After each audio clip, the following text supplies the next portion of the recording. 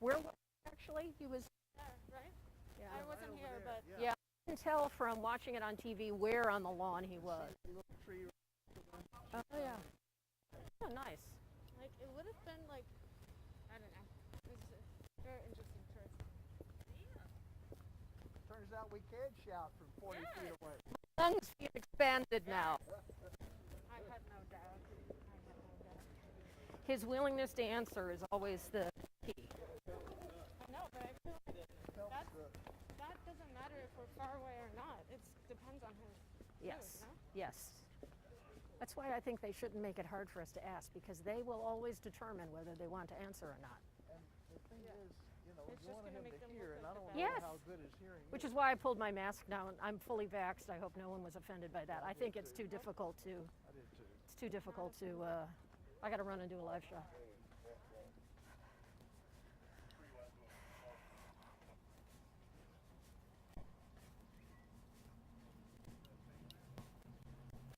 Hello. How are you? Good.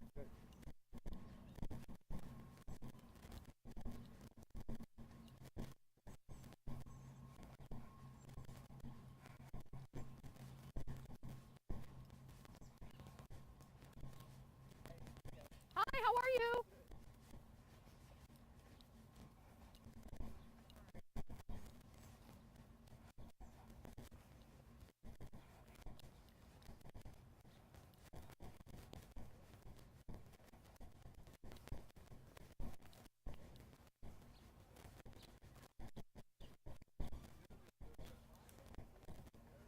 Oh, shit.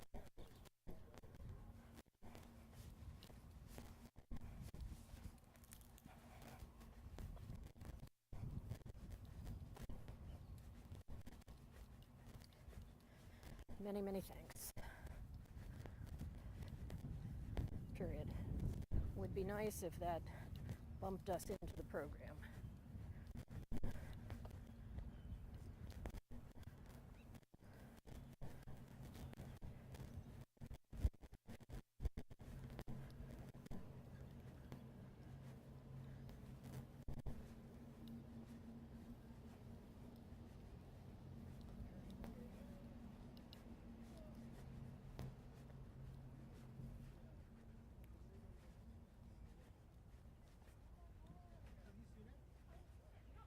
Kelly, wait, I want to think Kelly. Kelly, have you seen the birds?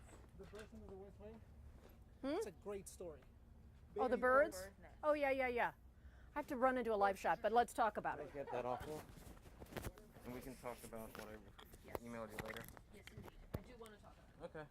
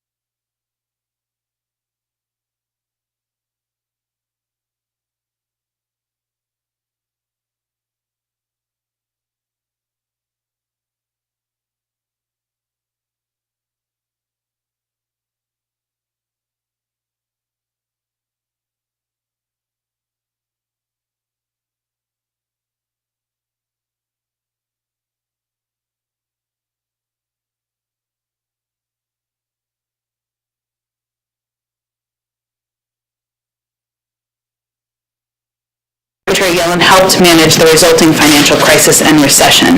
And in 2010, President Obama appointed her vice chair of the Federal Reserve before nominating her to succeed Fed Chair Ben Bernanke as the nation's top central banker. She can take a couple of questions. As always, I will be the bad cop. And again, thank you, Secretary Yellen, for joining us. Thank you, Jen. And hello, everyone. It's a pleasure to join you this morning. I'll be pleased to take your questions, but first I thought I'd spend a few minutes on the state of our labor market. When our administration took office, our economy was in a state of crisis. Our most pressing concern was providing a lifeline for Americans suffering under the weight of the pandemic. Our solution was the American Rescue Plan, which the President signed back in March. It was designed to provide enough relief for Americans to make it to the other side of the pandemic with the foundations of their lives intact, providing nutrition for hungry families, rental assistance for those at risk of eviction, and a lifeline for businesses on the brink. We knew it would be a long road back to recovery. That's why the legislation provided lasting support rather than just a few months of relief. We knew this would not be a 100-day battle. And today's jobs report underscores the long-haul climb back to recovery. But let me be clear, the 266,000 jobs added in April represent continued progress. We've added an average of over 500,000 jobs during the past 3 months. And we saw promising growth of 331,000 jobs in leisure and hospitality, which includes the restaurants and bars that have been so badly battered by this pandemic. We should also be encouraged by the ongoing expansion of the labor force. It's a promising sign of our economy winning out over the pandemic. Last month, the labor market expanded as more people reported they are looking for work. Hours are increasing, and the share of workers forced into part-time jobs is declining. Indeed, we've made remarkable progress. After all, 1 year ago, we learned we'd lost over 20 million jobs in one single month. I believe we will reach full employment next year. But today's numbers also show that we're not yet finished. As our economy continues to heal, it's important to consider ways in which we can build back better. And one of those ways is removing barriers to higher labor market participation. Even though we're seeing sustained job growth now, more jobs ultimately will require more individuals to participate in the labor market. As you know, the top-line unemployment rate you see doesn't include the many millions of Americans who are not seeking work. And progress here is critical. When I first came to Washington in the early 90s, a higher percentage of American women worked than almost any other developed nation. Out of the 22 wealthiest countries, we ranked 6th in labor force participation. By 2010, America fell to 17th. By the eve of the pandemic, women's labor force participation was hovering somewhere near where it had been in the late 80s and early 90s. Male labor force participation has fared even worse. A smaller percentage of men are working now than at any point in the last 70 years. There are many drivers of these trends. But as my colleagues at the Council of Economic Advisors have pointed out, an undeniable one is a lack of support for people as they raise children and care for older relatives. Our policymaking has not accounted for the fact that people's work lives and their personal lives are inextricably linked, and if one suffers, so does the other. The pandemic has made this very clear. between February and April of 2020, 4.2 million women dropped out of the labor force, in large part due to an unexpected caregiving burden. Nearly 2 million have not yet returned. The challenge before us is to help these 2 million women to return to the labor market, but to help the millions of other workers who left prior to the pandemic to do the same. It's a core reason that last week President Biden proposed the American Families Plan. The plan offers up to $8,000 to pay for childcare and makes sure kids from lower income families can attend for free. It offers universal pre-K to 3 and 4-year-olds, and it provides up to 12 weeks of paid family and medical leave. With today's jobs numbers, I'm confident we will have a strong, prosperous economy this year and in 2022. But what about the rest of the decade and the years beyond? Our country's long-term economic health depends on whether we invest in American families and workers, and I'm very hopeful we will. Let me stop there, and I'd be glad to take some questions. Alex.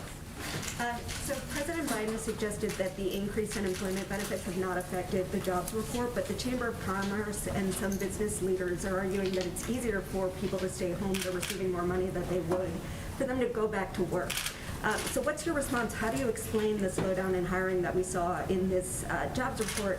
And is there talk about reducing that unemployment benefit in the future to get people back to work? So, first of all, I'd note that the jobs report is a little bit stronger than the headline numbers might suggest on the hiring front.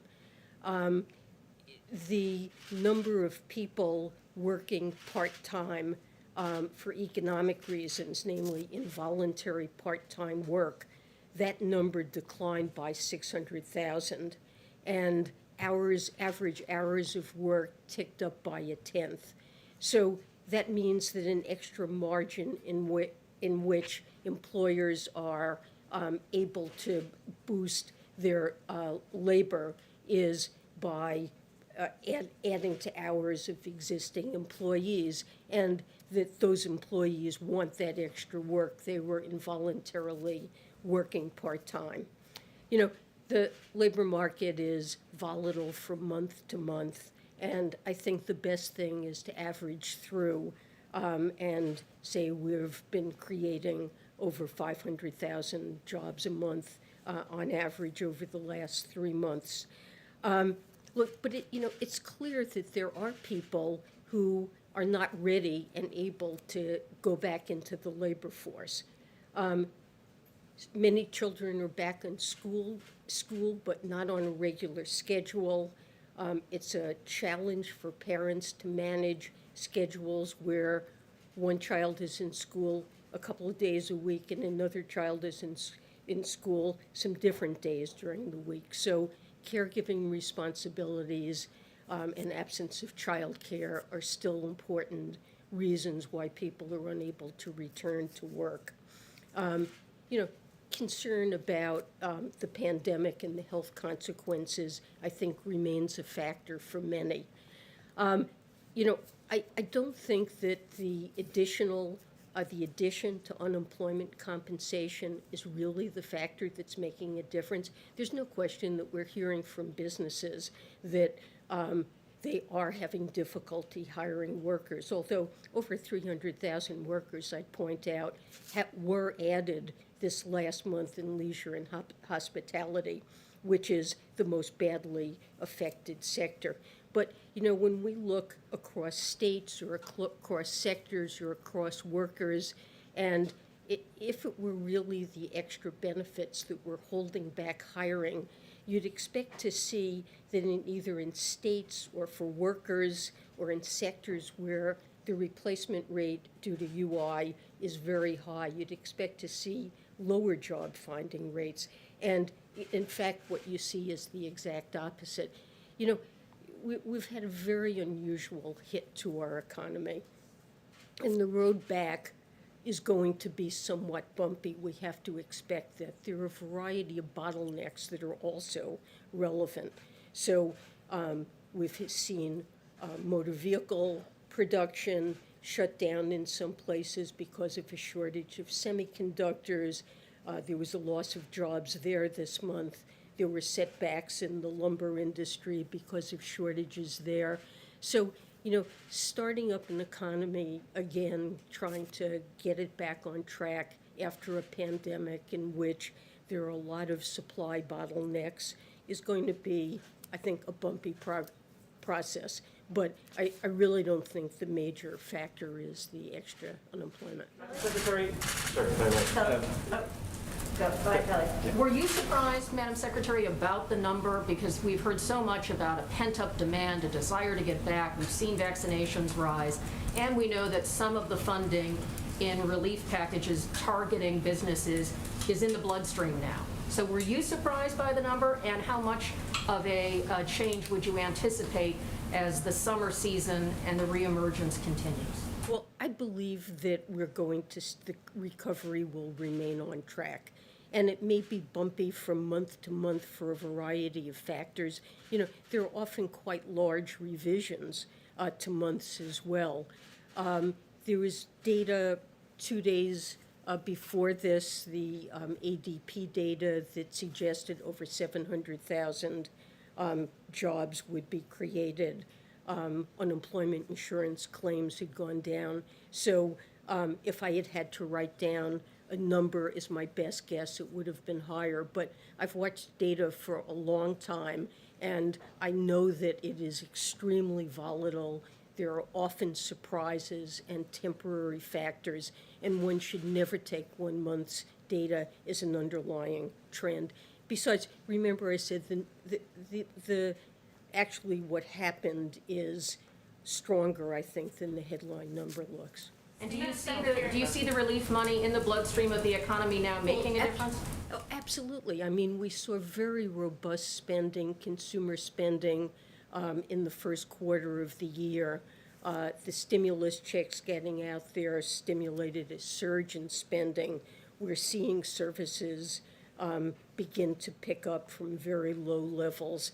I think there's absolutely no question in my mind that the money that the ARP has put out there and will continue to put out there in the coming months is going to boost spending. And as things open up with further success with vaccinations and the pandemic, people are going to go back to eating out and traveling and doing all the things that they did. And I absolutely expect to see continued progress in the economy. It's probably bumpy, and there is, look, we're still down net 8.2 million jobs from where we were in February of 2020. That is a big hole, and we're going to hit back, but, it's going to take a little while. Thanks, Jen. Madam Secretary, what's your advice then to the employers who say they are having difficulty hiring workers? One suggestion's been made to perhaps raise wages, but if businesses have to compete with plussed-up unemployment benefits, won't that result in an increase in consumer prices and touch off an inflationary cycle that so many experts have been worried about? Well, I really doubt that we're going to see an inflationary cycle, although I will say that all the economists in the administration are watching that very closely. As my colleagues have said, the CEA put out a blog post on this. We expect somewhat higher inflation over the next several months for a variety of essentially technical reasons because of something called base effects that in year-over-year comparisons right now, the months in which prices fell the most are moving out of the average, and that leaves us with the months in which they were rebounding toward more normal levels. But that's a transitory thing, not something that's associated with a buildup in wage pressures. I mean, with respect to wages, the best data that we have suggests that wage growth has really not picked up meaningfully. And in areas where you do see some pickup, for example, this month in services, there was a pickup in wages. But still, that's an area where wages actually fell at the beginning of the pandemic, and, we're seeing a revival, not back yet up to normal levels. So, in areas where wages are more flexible, they fell a fair amount. As the economy revives, we expect to see a return to more normal levels. But I don't think we're seeing meaningful upward pressure throughout much of the economy, but we'll watch that very carefully. Madam Secretary. I was following you, Thank Slay. you. Go ahead. And Madam she's gonna have to, sorry, this is gonna have to be the last one, and she's always welcome back anytime. I think it's safe to speak for all of you. Go ahead. Madam Secretary, is there any more that you can share on how long Treasury's extraordinary measures on the extending the debt limit may last? There were some comments yesterday from the agency, but if there's anything more you can share on that. So all I can really tell you is that the debt ceiling comes back into effect on July 31st. And there are a series of so-called extraordinary measures that are ordinary in the sense that they've been used many times in the past.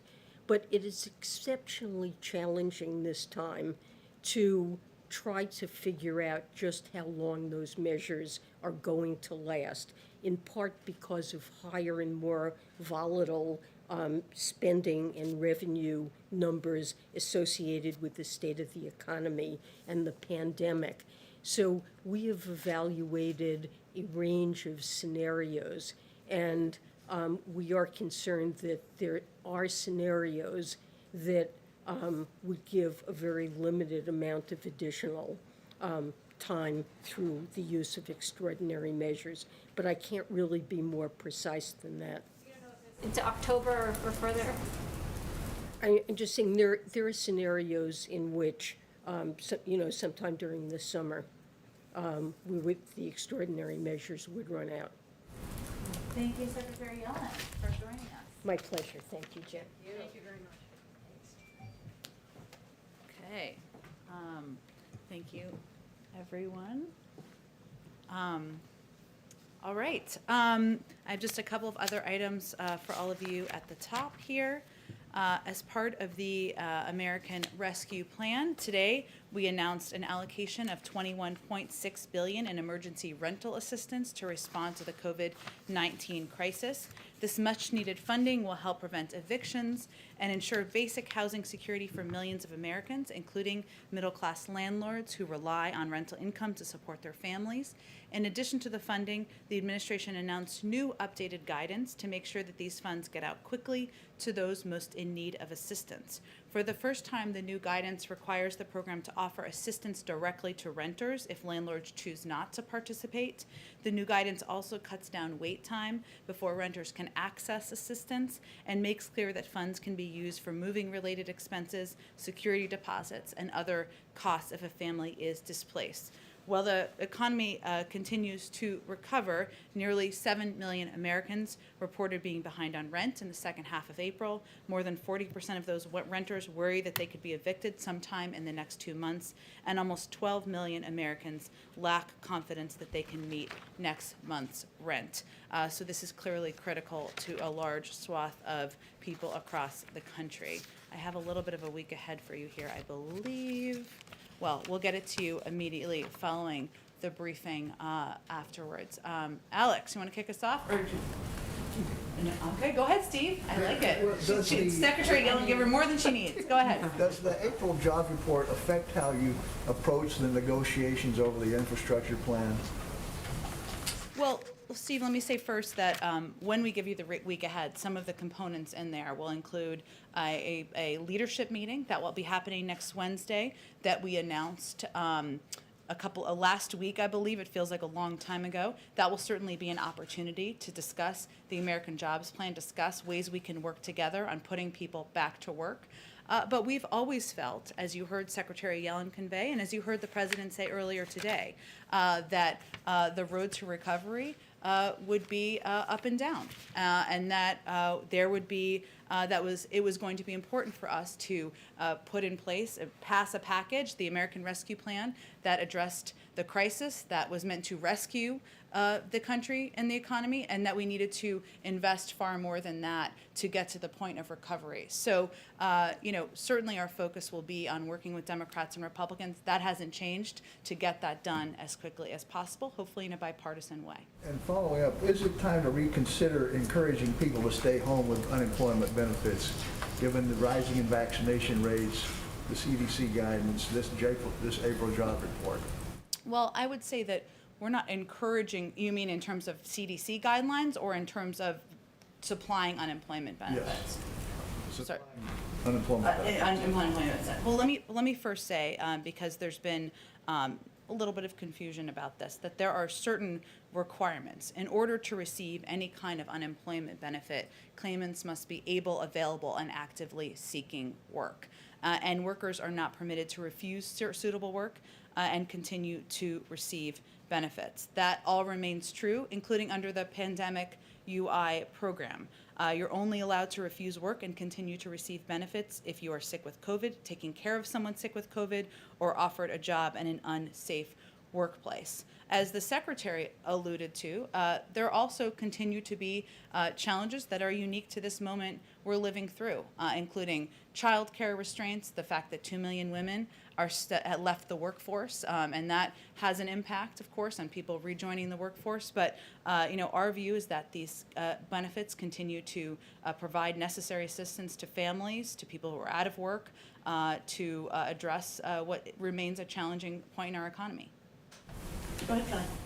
Given the president's frequent encouragement that people get vaccinated, where do things stand as far as the president deciding whether or not he will mandate that federal employees must be vaccinated, or members of the military must be vaccinated, or would he work in conjunction with private sector employers who want to have those kinds of requirements for return to work? Well, I wouldn't anticipate that we would be putting requirements on private sector companies, and I would expect that we would allow the space for them to put those requirements in place themselves or decide what is best for their workforces.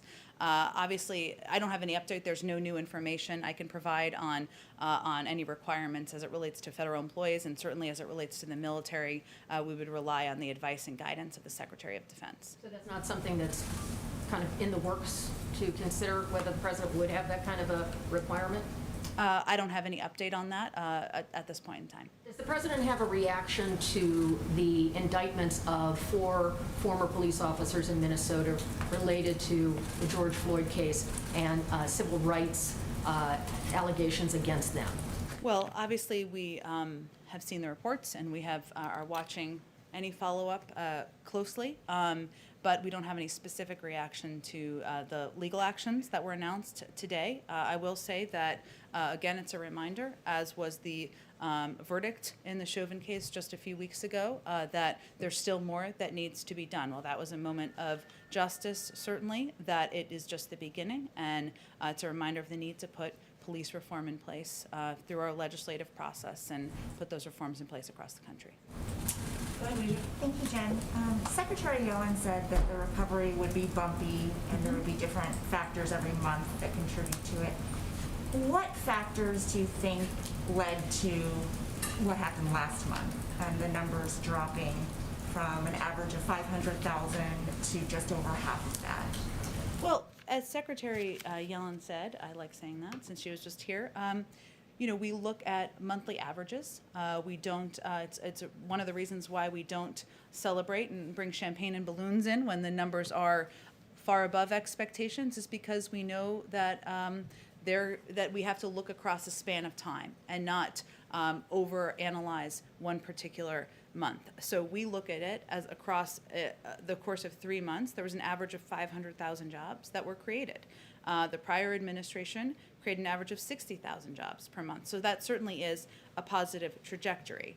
In our view, as we look at this report, it's just a reminder, and our biggest takeaway is that it's going to take time and effort to heal the economy. It emphasizes the steep climb out from this economic crisis and the fact that more is needed we need to do more because recovery for some, even when there are very high jobs numbers, is not recovery for all. And we will continue to advocate for moving forward with the American Jobs Plan as a result. Thank you. President Biden just said that he was confident that he would be meeting with Putin in June next month and suggested that it was only a matter of logistics, where and when the meeting will take place. Can you confirm that he will meet with Putin when he visits Europe next month? There's not a meeting with the president locked in yet. Obviously, our president, invited him to participate in that meeting because he thinks it would be a good step forward in the relationship to de-escalate, to ensure we have a more stable relationship moving forward. But there's no meeting to confirm at this point in time. So have the Russians not accepted? Have they accepted? As we said, when the president had the discussion with President Putin, it would then be at the point where it would be discussions at a staff level about what it might look like, where, the timing, the components of an agenda. Those are still ongoing. And just one more on the voting laws that were passed in Texas and in Florida. Does the president have anything to say about these laws? And does he, will he ask the Justice Department, or does he believe the Justice Department should intervene in any way to try to prevent the implementation of these laws? Well, on the second question, he will leave that up to his Attorney General and leaders at the Justice Department. I will say the president's view, fact of the matter is that these laws make it harder to vote. That's not a good thing. And his view is that any law that passes across the country should make it easier to vote, should not place limitations on giving food or water to people in any capacity in the line, should not limit the number of mail ballots you can help others return, should not allow challenges to voters based on their address, even when they show up with that address on a photo ID. You know, these are making it harder to vote, not easier, and that's a fundamental view for the president. There's obviously federal legislation at the federal level, I should say, that he strongly supports. You know, these are not the only states, as you well know, Weijia, where there are efforts to make it more and more difficult to vote. So he will continue to redouble his efforts to move legislation forward with Congress. His overall view is there's no good reason to make it more difficult for people to exercise their right to vote across the country. Thanks, Jen. Go ahead. So on expanded unemployment, there was talk of making those benefits permanent. Democrats had been talking about that in Congress. Has the latest jobs report impacted the way that the White House is looking at that possibility? And then can the president do anything to try to help pick up the pace of hiring? I mean, could you see a world in which he'd be talking to CEOs about raising their, salaries, that kind of thing? Has he been looking at options? Well, I will say first, one, the president supports an increase in the minimum wage. The president also believes and would love to see action in moving forward the American Jobs Plan by this summer, because he is the first to tell you that we need to do more, the economy needs more, American workers need more, obviously for the short term, but also the long term. And we know that the combination of the American Rescue Plan and the American Jobs Plan would have a large net positive benefit on bringing our workforce back in. And also, the American Families Plan would have a huge benefit in addressing some of the impacts of childcare on educational needs, on covering that is preventing women from rejoining the workforce. In terms of UI benefits, I know that a number of Democrats have talked about that in the past, and we're obviously in the discussion phase at a staff level and discussion with committees from senior leadership here with members and their staff. Next week, I expect we'll have a range of conversations up at the highest level on down, where those discussions will continue, and we'll see what they bring to the table as important priorities for them. And then when it comes to the American Jobs Plan, how long do you see, or how quickly do you see that money sort of making an impact on an issue like childcare? I mean, it's going to take a while for it to be implemented, that money to get out there. We likely won't see impacts until earliest next year, isn't that right? Well, I think first the American Families Plan, which has the biggest components of the 5-year extension of the child tax credit. Obviously, there are still components of that are being implemented now from the American Rescue Plan, and other pieces are meant to have a longer-term benefit. You're right. They're not all meant to have an immediate benefit. They're meant to address and build us out of recovery over the long term. But certainly for the American Jobs Plan, there are efforts in there that we certainly would hope to be underway as quickly as possible and as quickly as they can be. I don't know that we have an assessment at this moment in time on kind of when the first project could start. It really depends on when a bill would pass. And then one quick one on Russia. Secretary Blinken has warned Russia against sort of further aggression. That seems to run a little bit counter to President Biden saying he's still expecting a meeting with President Putin. So how does the White House and President Biden square having a meeting with Putin despite this aggression? And is there a point at which the meeting could be broken off if Russia doesn't listen to U.S. warnings? Well, first I would say that it's a relationship where while we feel we want to move toward a more predictable and stable relationship over the long term, we also are going to reserve our option of putting in place consequences if their actions warrant. And that was certainly what Secretary of State Blinken was saying, and that is reflective of also of the president's view, that we will continue to defend our national interests, impose costs for Russian government actions that seek to harm our sovereignty. That was also the message around the call that the president had with President Putin just a few weeks ago. We want to move to a more stable and predictable place. But we also, when we announced our sanctions, we left in there maximum optionality to put in place additional actions should their actions warrant. No one wants to get to that point, but we reserve that right should we decide it's warranted. Go ahead.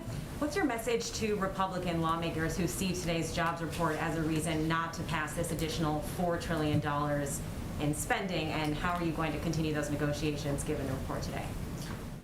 Well, that's hard to square if they are suggesting that it is not a report that meets expectations while also saying that they don't think we should work together to do something to help put more people back to work. So that's kind of hard to understand. We have yet to see the effects of this $2 trillion get through the economy, and we're losing jobs. Why is that? Of the American Rescue Plan, I actually don't think that's what economists would convey, or nor is it what they have conveyed. We've created about an average of 500,000 jobs a month over the last 3 months. That's in stark contrast to about 60,000 jobs a month during the final 3 months of President Trump's administration. And there's no question by data, by economic standards, by economic experts' standards that the money that has been put into the economy, the $1,400 checks and the stimulus has helped put people back to work. We also know we're continuing to make progress. And this is going to be a long road, as we've always said. So it just requires additional assistance, additional stimulus, additional work together to put more people back to work, which is why the president proposed the American Jobs Plan.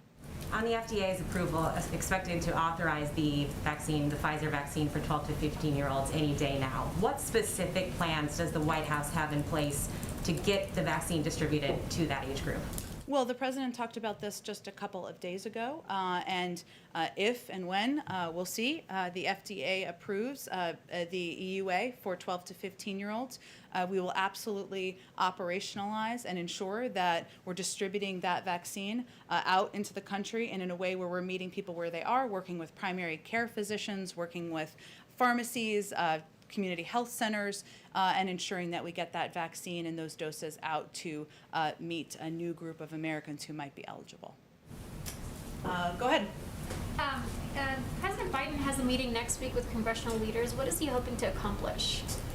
He does have it on May 12th. It's going to be March 12th. May 12th, sorry. He has a meeting, bicameral, bipartisan meeting here in the White House.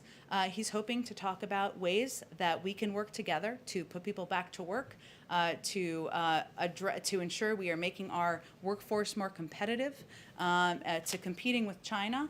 And, he knows that the American people elected him to solve problems and to represent and govern for all people. And he's hoping that these leaders will come together and join him in the Oval Office to have a discussion about doing exactly that. And just one more, is there a time that's been set for the meeting with the president and Capito on infrastructure? Not yet. We are working with her and her team and a group of Republican members of her choosing on identifying a time and day that will work. Hopefully we'll have more on that later today. We will see, and as soon as we do have that locked in, we'll share it with all of you. Go ahead. Sorry. Jen, we did notice the president meeting yesterday briefly with Senators Kennedy and Cassidy on the tarmac in New Orleans. Was that a substantive conversation? Were any deals reached, or was it just pleasantries? If deals were reached, that would have been very efficient of all of them. I would say that, I haven't talked to the president about his specific private conversation with them. Certainly, they could speak to what they discussed, but the trip yesterday where the president stood in front of a 70-year-old bridge, one that's 20 years in the making of having upgrades done, should be seen and viewed as his effort to send a message to leaders in that state, but also to people across the country that bridges and rebuilding bridges is not a Democratic idea. It's an American idea. And the same with rebuilding roads, and the same with ensuring that we have efficient ways to travel, that kids have access to clean drinking water. And the fact that they joined him on that trip is an example of how the president is reaching across the aisle. He wants to do work together. He's committed to doing that. And I know he enjoyed his trip yesterday. Question to drill down on something you were asked a couple of days ago. Okay. It was about the debt ceiling. Yep.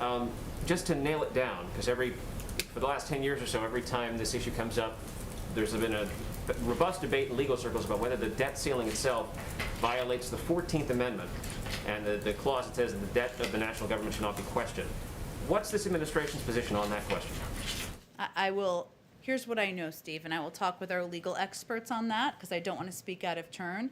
The president obviously has voted to increase the debt ceiling in the past and advocated for it as vice president, and he believes that it should be a process that Democrats and Republicans move forward on, just as they did 3 times during the Trump administration, including the same year where Congress passed $2 trillion in tax cuts for the highest income. That's his view, but I will see if there's any legal response to that particular question. I remember this debate, so you're bringing me back. Go ahead, please. Thanks, Jen. 2 questions. Several states, including South Carolina and Montana, are already looking at trimming unemployment benefits, saying that the labor shortage is created by the federal government's supplemental employment programs. Is the administration worried about a domino effect, or that other states would do this? Or is there any outreach plan to stop states from doing this? Well, we have, of course, seen that. I will say that though some individual employers may be experiencing increased difficulty finding workers, we haven't seen widespread labor shortages are not yet evident in the data. And obviously, there's always going to be a look at the data by our economic experts, and we are seeing little evidence that enhanced unemployment benefits are currently impacting or affecting Americans' willingness to work. We do recognize, as Secretary Yellen talked about a bit, that labor supply has been affected by the pandemic for a range of reasons, including childcare and schools fortunately beginning to reopen more than 50%, 5 days a week, just to note the data that came out just a few days ago. But there are lingering challenges that are unique to this moment, and we're certainly hopeful as schools reopen, as employers are better positioned, that we will be able to move to a different place. But we're not seeing that as an impact, as labor shortages as a mass widespread impact in the data. One more question. Last month you said that you'd provide an update on the president's medical records. I was trying to get a sense of when do you think there's going to be an update, seeing as he hasn't released them since, I think, December 2019? I don't have an update at this moment, but certainly when he has his next medical appointment, we will be transparent about that and provide that information to all of you. Is one scheduled? I'm not aware of one being scheduled, but certain. You're fine. It's okay. It's a Friday. Give everybody a break. You're fine. This was falling down last week. We had a plane flying over a few weeks ago. You never know. We don't have, I'm not aware of one scheduled at this point, but we certainly will provide you all information and data in a transparent way when it is scheduled and once he has that appointment. Go ahead. Thanks. There have been a number of media reports in recent days on a series of newly reported cases over the past 12 months of Americans experiencing Havana syndrome at home and abroad, including CIA officers, U.S. troops, and U.S. government officials in the Washington area. So a couple questions on this. How concerned are you about these newly reported cases over the past couple months?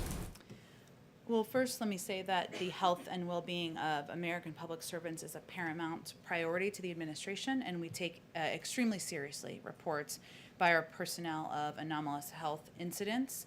Our national security staff is working closely with agencies and departments across the federal government to address unexplained health incidents that some government employees have suffered and to ensure the safety and security of Americans serving around the world. And we are, of course, investigating incidents in which personnel have reported experiencing sensory phenomena such as sound, pressure, or heat concurrent with or followed by physical symptoms such as sudden onset vertigo, nausea, and head or neck pain.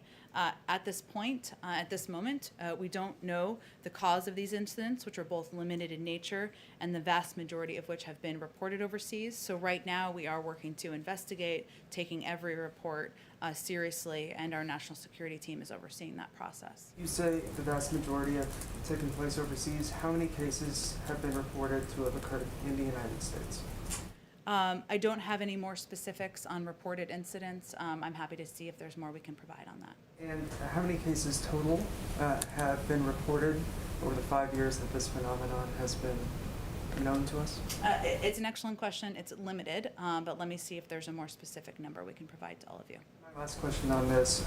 What is the NSC doing that is new that, again, over 5 years, 3 administrations, we've seen this phenomenon occur?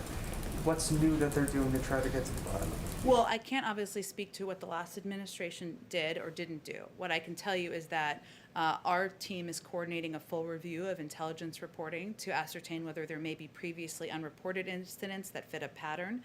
We are also working closely, as I noted, with agencies and departments across federal government to address unexplained health incidents that sometimes they're reported in to different agencies and it hasn't all been gathered into one place. So that's how you can look at it across the board and see if there are patterns. So that's a way we are approaching it. And I can't obviously assess how that compares with past administrations. Just one last question on a different topic, on Russia.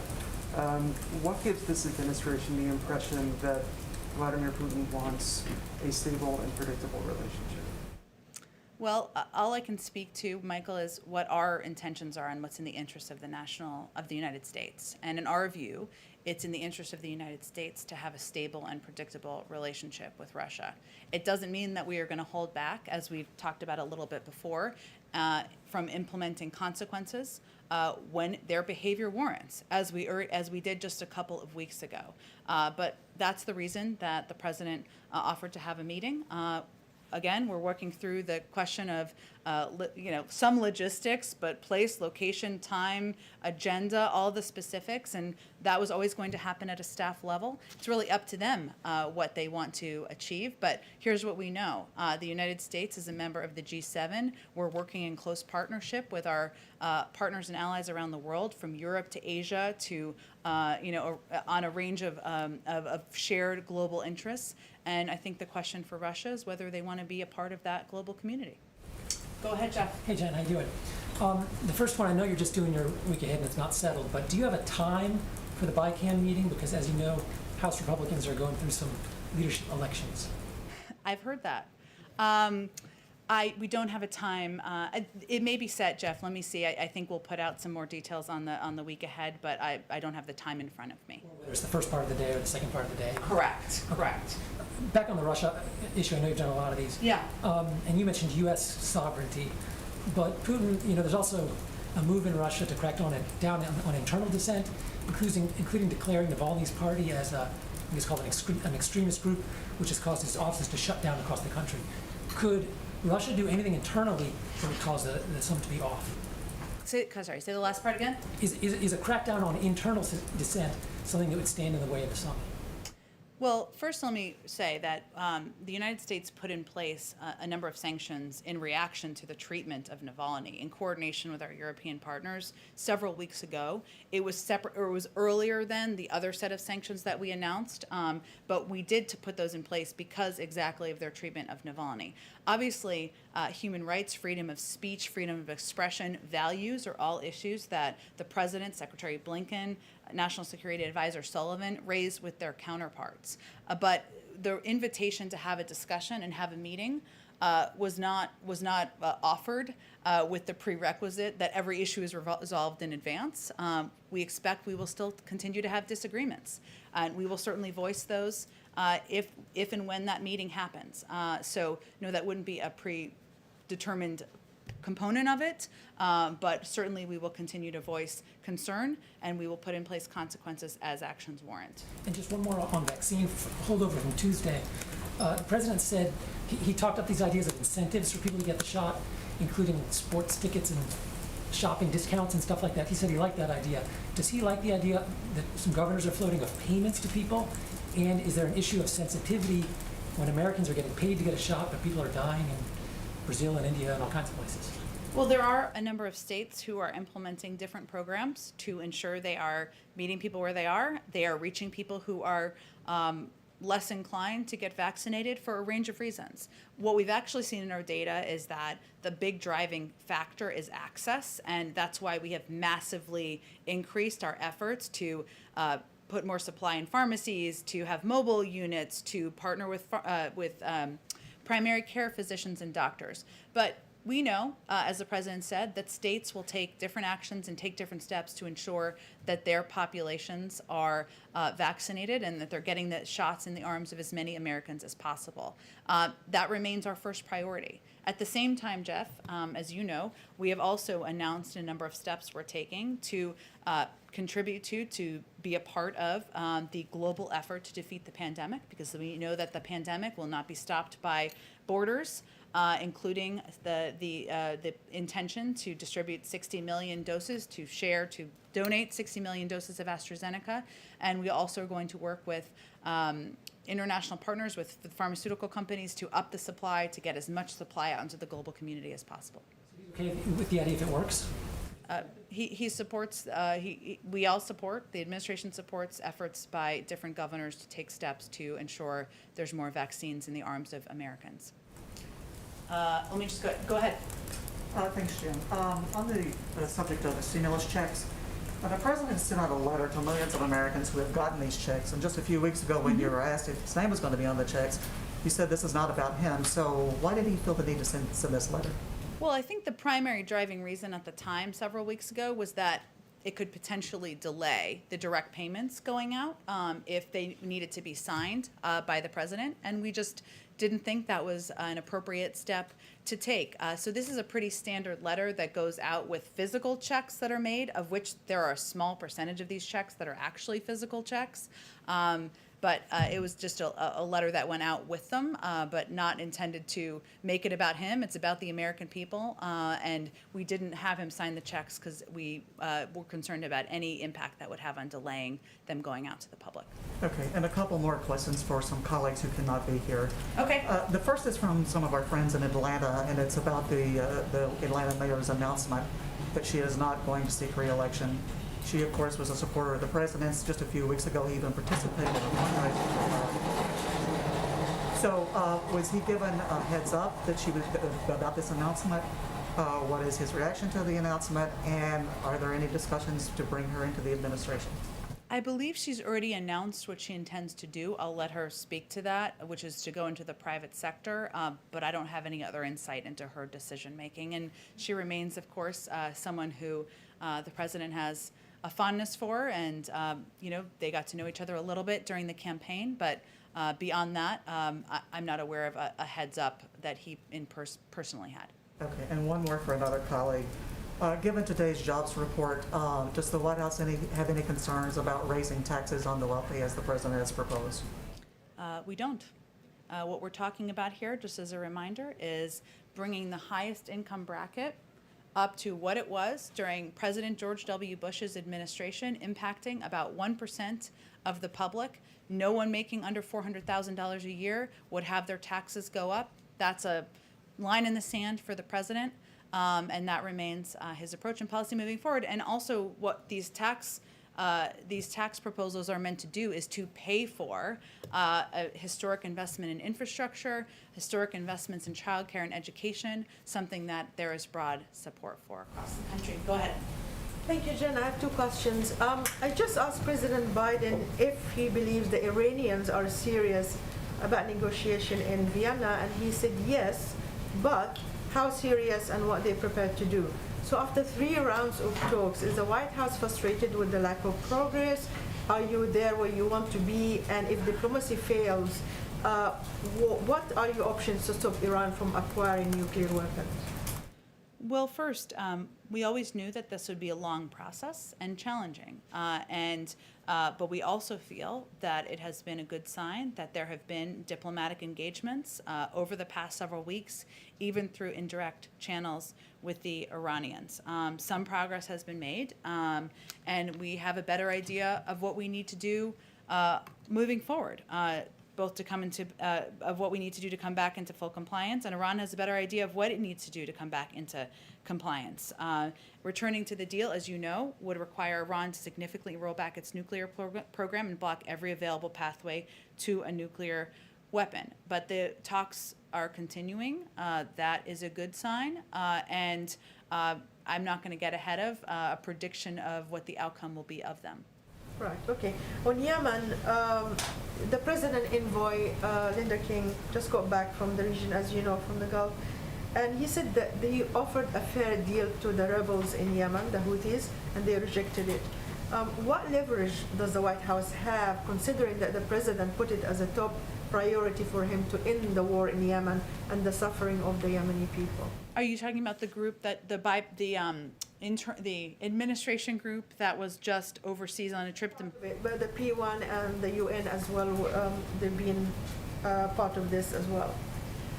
You know, I would have to talk to our national security team about kind of the status of those and where things are. And your leverage question is an excellent one, but I haven't gotten a briefing from them after their trip. Right, but your general policy towards Yemen and ending the war, do you still believe that you're on track as well? Or is this another setback in foreign policy for this administration?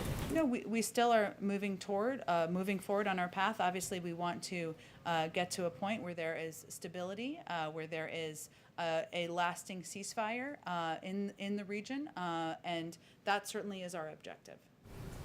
Thank you. Go ahead.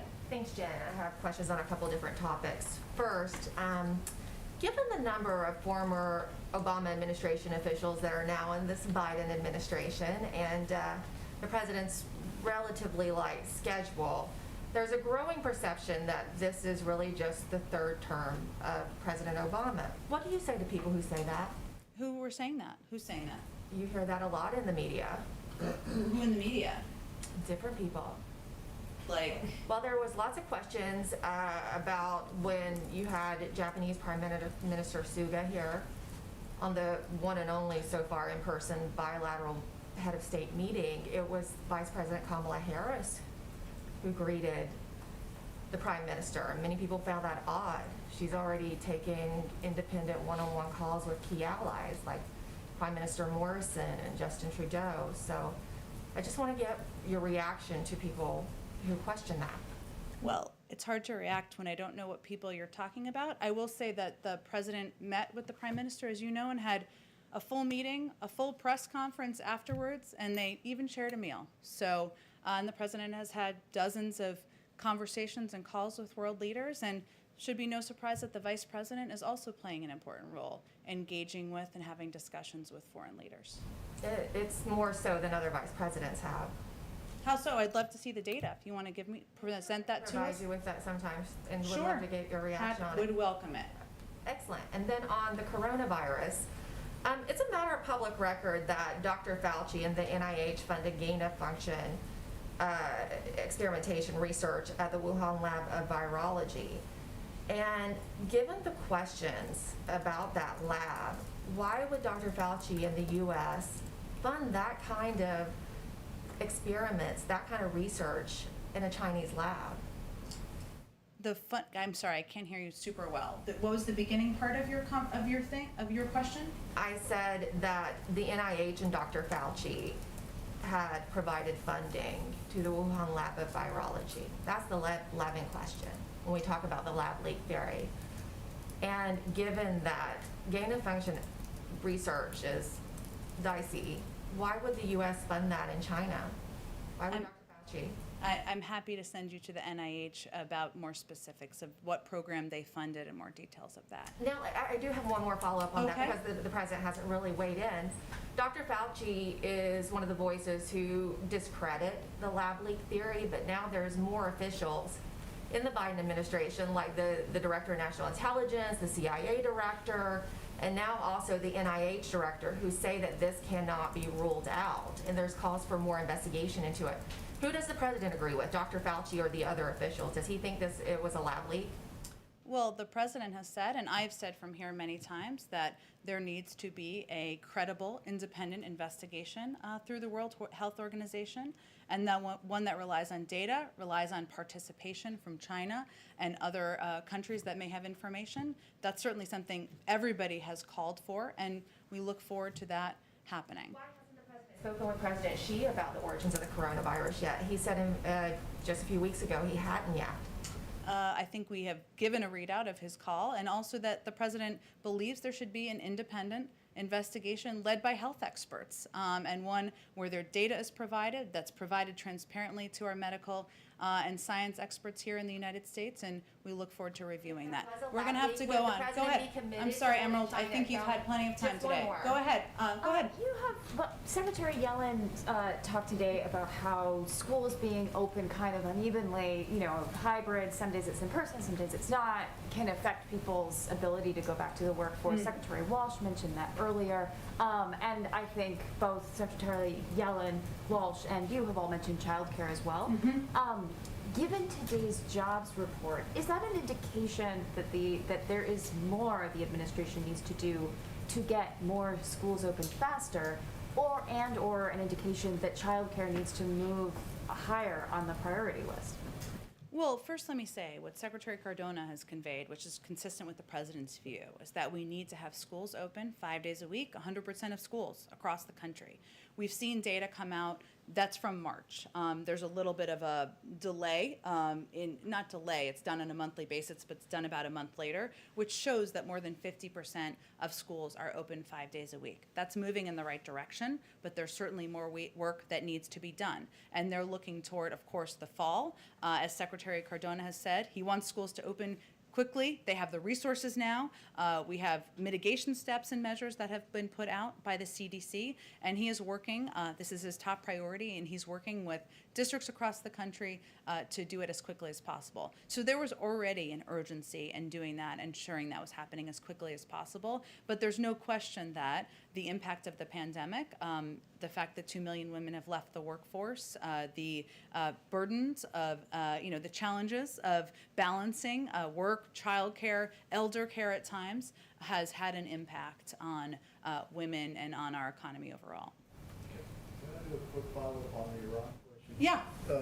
Iran's top negotiator is quoted as saying today the United States has expressed its readiness to lift many of its sanctions on Iran at the Vienna talks, but Tehran is demanding more. Is that a fair assessment of where things stand?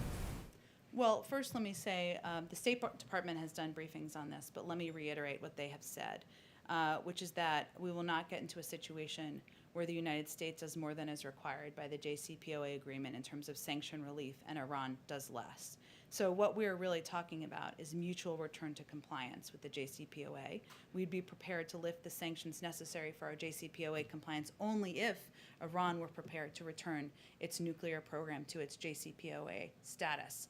So that is our view, and how Special Envoy Rob Malley, who's been exploring concrete steps concrete approaches concerning the steps both Iran and the U.S. can take. That's what our approach and the bottom line is from our end. Go ahead, Kelly. When you give us the week ahead and you talk more about the leader meeting, what impact do you think Leader McConnell's comments about working with great focus against the Biden agenda? He said it in a number of times now, and does the president view that as an impediment to having a productive meeting, or is that just politics that he's willing to write off? How does the president view that? Well, the president's view is that he's ready to have a clean slate, and let's welcome the leaders here. He believes his goal and what the American people elected him to do was to bring the country together. to bring leaders together too, to discuss how we can move together and put people back to work, put in place an agenda, put in place policies that will help contribute to doing exactly that. He also has said, and we're not at this point, that inevitably there will be some strong disagreements with Republicans. And we know that. He was in the Senate for 36 years. He's certainly no stranger to that. And that he's ready to debate, he's ready to, but he's also ready to press forward and doing work on behalf of the American people. So he will continue to seek bipartisan paths forward. Doesn't matter the language or the rhetoric of folks on the other side of the aisle, because he believes it's what the American people elected him to do. Go ahead in the back. Quick follow-up on your answer before. Given that you guys see childcare is so important to the labor market, was it a mistake to put childcare in the second part of the infrastructure plan? Should it have actually been included in the first? Should it be an even higher priority?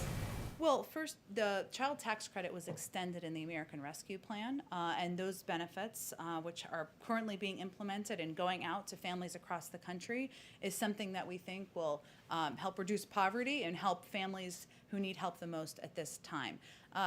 He proposed it as part of, they're not seen, the American Jobs Plan, the American Families Plan are both seen as pivotal priorities to the president, and ones where he's looking forward to talking with leaders in Congress about how to move them forward. And if they come to the table and want to push for the ordering of things or the mechanisms for the components moving forward, he's happy to hear from them on that as well.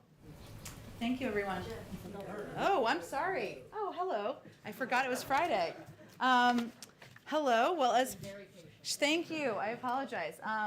Well, thank you. As a part of our effort to bring more people into the briefing room, today we have Shabeli Karazana. Tell me if I butchered your last name. As someone with the last name Psaki, I certainly understand if I did that, and I apologize. Joining us from the 19th. So welcome. How can I answer your questions today? Well, thanks so much, Jen. And it's okay, everyone butchers my name, so I'm kind of used to it at this point. But you didn't do too bad. I have two for you. One of them is on childcare. The American Rescue Plan included a $39 billion investment to stabilize the childcare industry. That money has already gone out to states.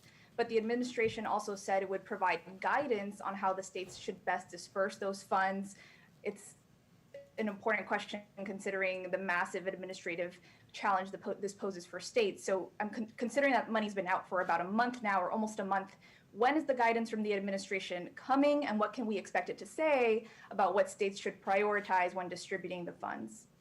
Well, first, in mid-April, I know you've been following this closely, but for others, the administration, we announced $39 billion to help early childhood educators and family child care providers keep their doors open. And this funding is, of course, a critical step for child care centers around the country.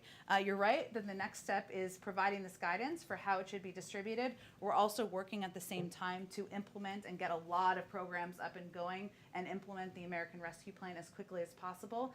I asked our team about this, and what I can tell you is it's going to come soon, and we are eager to get it out the door, and we are finalizing components of that guidance to get it out to states, to child care providers, to territories, so that they can implement, they can get this funding into the communities that need it the most. Great. And I have one more sort of similar theme. A coalition of groups recently sent a letter to the administration about the establishment of the Equitable Data Working Group, which was part of an executive order in January that was around, beginning the work of collecting better data on sex and gender and different topics. The coalition also requested a meeting with Ambassador Susan Rice. So I'm wondering what you can tell us about when the administration plans to convene this working group on data, and what we should expect to hear from the group. Does it plan to collect better intersectional data, which we know has been missing from the vaccine data, for example? And is there a plan for a meeting? Yeah, so let me say that the Equitable Data Working Group was stood up around Inauguration Day as part of the equity executive order the president signed. The group meets weekly and is evaluating data disaggregation, transparency, and sufficiency, and it's charged overall with identifying inadequacies in federal data collection. So from programs to policies and infrastructure across agencies. And the hope is that refining and measuring this data will help address equity over the long term. So they do meet on a weekly basis. In terms of Ambassador Rice, I know pushing for the racial equity EO and overseeing the implementation of a number of components of our racial equity agenda is under her purview, and I can certainly check if she's been a part of those meetings. I wouldn't be surprised if she has been. But it's very nice to meet you over the screen. We'll look forward to welcoming you into the White House soon. Okay, thanks everyone. Have a great weekend. And will week ahead come out later? Yes, that is, I take full blame for that. Thanks everyone. Thank you. Happy Mother's Day. Oh, happy Mother's Day to everyone too.